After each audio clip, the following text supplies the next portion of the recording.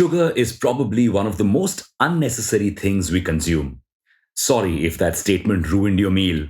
There's sugar in your tea, your coffee, your Horlicks and Bonvita, your cereals, and even your bread. It is basically impossible to escape sugar. And we've already talked about the impact of this sugar on our health and how India got addicted to it yesterday.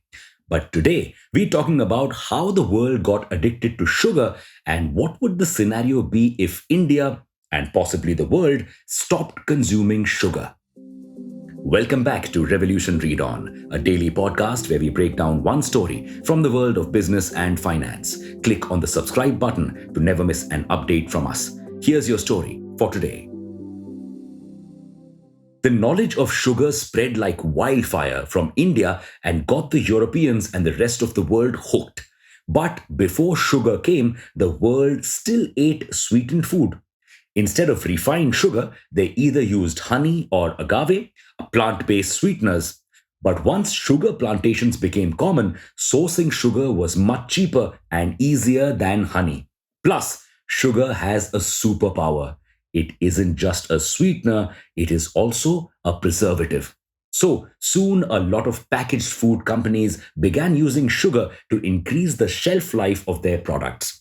And this had an unintentional advantage. People ate these sugar laden treats, their brains released dopamine, and they got hooked to these products. This resulted in us consuming more and more packaged food, compromising our body, brain, and our teeth. It also makes you more obese, increasing risk of diabetes and heart diseases. Concerned now? Then you may be more receptive to our next idea, quitting sugar for good. Now, a lot of you may be ready to revolt at this idea. Think about the farmers, think about the sugar mills, think about the job losses caused if we quit sugar. But what if 5 crore farmers and the 80,000 crore rupee sugar industry didn't really suffer from us quitting sugar? How is that possible?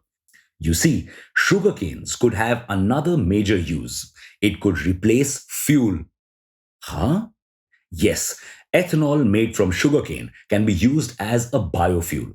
These biofuels can be blended with diesel or petrol to reduce the usage of these fossil fuels. This will have several benefits. Number one, it will reduce our dependence on foreign crude oil. Just blending 20% ethanol, the goal we want to achieve by 2025, can reduce our costs by 30,000 crore rupees per year. Number two, it will reduce the government's expenditure on export subsidies for sugar. And finally, it can increase the price that farmers get for their sugar canes. So, why haven't we adopted biofuels already? Well, we do blend approximately 10% ethanol in fuel, but there's a lot of hue and cry about using biofuels right now because the world is also facing acute food scarcity. So many countries are strictly against using food for making fuel. But if we use sugarcane purely as an energy crop, some of these concerns could be abated.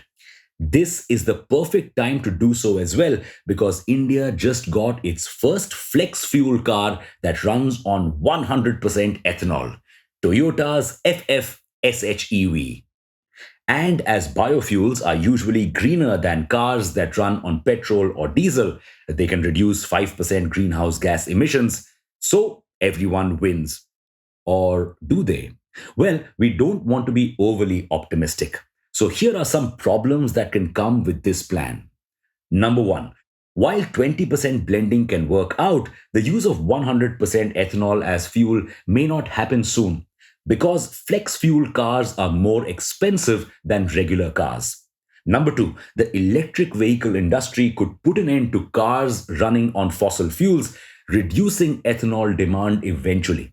That's because the world is now concerned about climate change. And while biofuels can reduce emissions by 5%, EVs can reduce emissions by almost 65%. Now, there's a lot of time before EVs completely replace ICE, so it is not a short term problem. But when that does happen, sugar mills producing ethanol will still continue to exist. Ethanol is required in a number of industries like making cleaners, pharmaceuticals, alcohol, cosmetics, etc. And the demand for most of these products is now rising. However, this demand may not be enough to sustain so many sugarcane farmers in the long run once we stop using ethanol as fuel. So, until that day comes, the government could work on slowly helping farmers shift from sugarcane to other crops. This could also be good for our environment because sugar is a super thirsty crop that requires a lot of water. If farmers switch to other crops, it would help us save water. Now, this sounds like a plan, but we're sure that a move away from sugar will be more challenging than we can conceive. But hey, no pain, no gain. Also, what about those with a sweet tooth? How will they ever enjoy their favorite foods, the yummy rasgullas, the hot gulab jamuns without sugar? Well, there could be a way around that as well. Interested? Stay tuned for part 3. And for now, it's a wrap on your story for today. Thank you for listening to this episode. We'll be back with more tomorrow.